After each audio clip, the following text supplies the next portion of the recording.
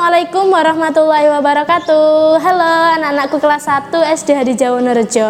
Bagaimana kabarnya hari ini? Bu Anif berharap semoga kalian semua di rumah selalu dalam keadaan sehat walafiat. Alhamdulillah bertemu lagi pada video pembelajaran pendidikan agama Islam.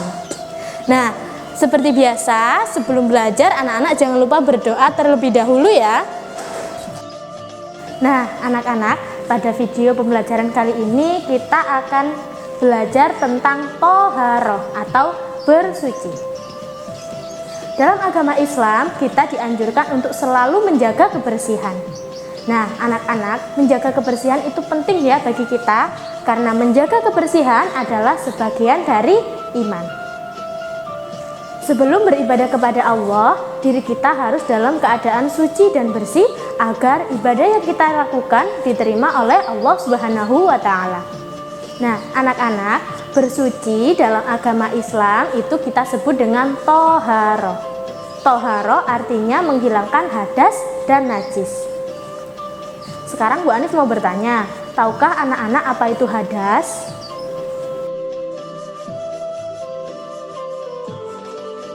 Hadas adalah keadaan tidak suci pada diri seorang muslim. Nah, anak-anak, hadas terbagi menjadi dua, yaitu hadas kecil dan hadas besar. Nah, anak-anak, hadas besar contohnya seperti mimpi basah bagi anak laki-laki dan haid bagi anak perempuan. Untuk mensucikan diri dari hadas besar yang perlu kita lakukan adalah mandi wajib. Sedangkan hadas kecil contohnya seperti buang air besar, buang air kecil atau kentut yang bisa membatalkan wudhu. Nah, bersuci dari hadas kecil caranya bisa kita lakukan dengan berwudhu dan tayamum apabila tidak menemukan air. Nah, anak-anak, selain suci dari hadas, kita juga harus memperhatikan badan kita, pakaian kita, atau tempat kita harus suci dari najis. Nah, sekarang apa itu najis? Nah, anak-anak, najis adalah kotoran yang dapat menghalangi kita untuk beribadah kepada Allah. Umat muslim ketika beribadah kepada Allah harus terhindar dari yang namanya najis. Najis terbagi menjadi 3 macam. Yang pertama yaitu najis mukhaffafah. Najis mukhaffafah yaitu najis ringan. Najis mukhaffafah contohnya seperti air kencing bayi yang masih minum air susu ibu dan belum makan apa-apa ya anak-anak. Cara membersihkannya yaitu dengan memercikkan air pada bagian yang terkena najis. Nah, lalu yang kedua adalah najis mutawasito, yaitu najis sedang. Contohnya seperti kotoran manusia, hewan, lalu darah, nanah, seperti itu. Nah, cara membersihkannya yaitu membasuh dengan air pada bagian yang terkena najis sampai hilang bau, warna, dan juga rasanya. Nah, yang ketiga adalah najis mughalladho, yaitu najis berat. Contoh dari najis mughalladho adalah air liur anjing atau babi ya anak-anak.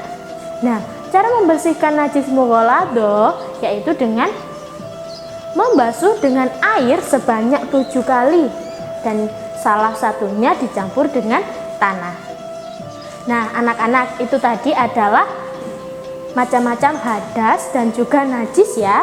Hadas terbagi menjadi 2, hadas kecil dan juga hadas besar. Sedangkan najis terbagi menjadi 3, najis mukhaffafah, mutawasito, dan mughalladho. Nah, anak-anak, untuk melakukan toharoh atau bersuci kita biasanya menggunakan air. Air yang digunakan untuk bersuci harus air yang suci ya anak-anak, air yang bersih. Nah, contohnya air apa saja yang bisa kita gunakan untuk bersuci, yaitu seperti air sumur, air hujan, air salju, air sungai, air embun, dan lain-lain. Nah, selain menggunakan air, kita juga dapat bersuci menggunakan benda-benda yang lain, misalkan seperti batu, kayu, daun. Nah, Kita bisa menggunakan debu dan juga tisu ya anak-anak.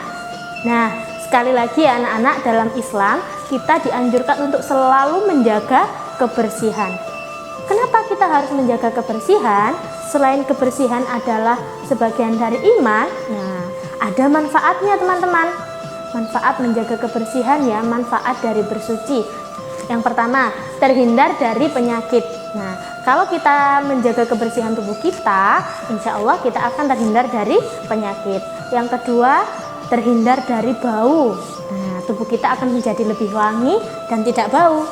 Lalu, kita dapat melaksanakan sholat ya teman-teman, karena kita tidak bisa melakukan ibadah atau sholat mengaji jika kita dalam keadaan berhadas ataupun najis. Lalu kita juga akan mendapatkan pahala dari Allah. Nah, itu tadi pembelajaran kita tentang toharo atau bersuci anak-anak. Jangan lupa ya, di rumah anak-anak harus selalu menjaga kebersihan ya, kebersihan diri kita sendiri dan juga kebersihan lingkungan kita. Nah, sampai di sini dulu pembelajaran kita pada video kali ini. Anak-anak tetap semangat belajar di rumah. Sampai jumpa di video berikutnya. Assalamualaikum warahmatullahi wabarakatuh.